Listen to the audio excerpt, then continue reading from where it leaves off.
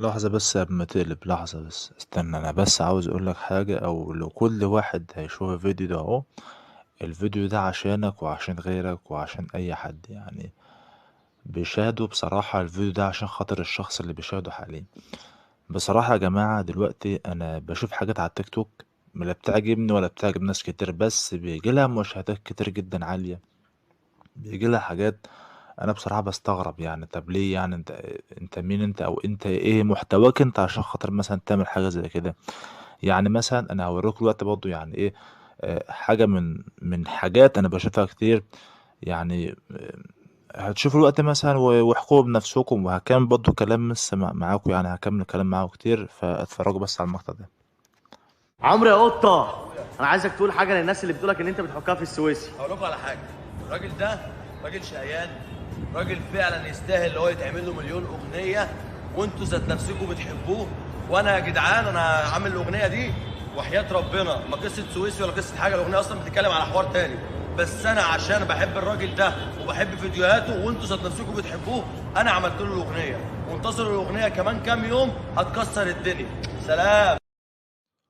زي ما انتوا شفتوا كده يا جماعة، الموضوع يعني بصراحة عدى حدود الله. مش عارف اقول ايه. المهم وبرضه حتى مثلا طريقته في الكلام او اسلوب مثلا في القاء الكلام. رقم اتنين يعني عوجة بقه كده وطريقة حركاته. يعني مثلا بصم كده وليكن لعمرو دياب، تامر حسني، محمد فؤاد. شوفهم كده هم بيتكلموا باسلوب مهذب بطريقة جميلة جدا. لكن ده واحد اسمه قطة، انت عاوزه يعني كأنه بيخربش. انا والله العظيم مش قصدي اتريق يا جماعة، بس يعني ايه. يعني في ناس يعني مثلا حاليا المطربين لهم وضعهم، انما انا مش شايف ده مثلا لا طرب ولا اسلوب مثلا غنى، ولا حتى شايف مثلا ده. يعني انا مش بتريق على حد، بس انت برضه رأيك. الموضوع اتملى فساد فعلا فعلا بصراحة يعني. اتفرج برضه على المقطع التاني ده وشوف برضه حتى بيتكلم ازاي يعني.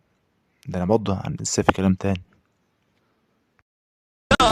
يا سويسي ما تقول لي الغربة سهلة الحياة ولا دي صعبة؟ حلم الشباب انه يهاجر، كله راسم حلمه بهجرة. احكي لهم انك بتعاني وعايشة دايما وحداني، لا قريب ولا غريب كان فاكر، والكل باعك في ثواني. شيل القطر اصبح موت والضربة باتنين مردودة.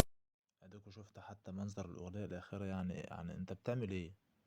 هو انت يعني داخل خناقة يا ابني ولا حاجة؟ ولا انت ده منظر واحد مثلا او منظر طريقة يعني الغني؟ انا والله بصراحة يعني يا جماعة عمال اهوت اتفرج على الفيديو كذا مرة، ولا شايف ده منظر. انت ماشي يا عم، انت صوتك كويس مفيش ادنى مشكلة، بس ده مش اداء كويس. ده اداء واحد داخل عركة، اداء واحد داخل عركة. يعني انت بصراحة يعني انت لو مثلا قاصد انك يا عم تجامل السويسي وتروق عليه، مفيش ادنى مشكلة خالص، روق عليه واعمل كل اللي انت عاوزه. اليمة التانية برضو احنا برضو كشعب برضو بنتفرج عليك، واحنا عشان خاطر نتفرج عليك فلازم ان يعني ولادنا برضو يعني يتفرجوا عليك. وطالما ولادك يتفرجوا عليك مثلا ما يشوفوش الاسلوب ده، ده المرة الجاية بقى هلاقي واحد ماسك سكينة والتاني ماسك مطوة وعمالين يغنوا برضو يعني.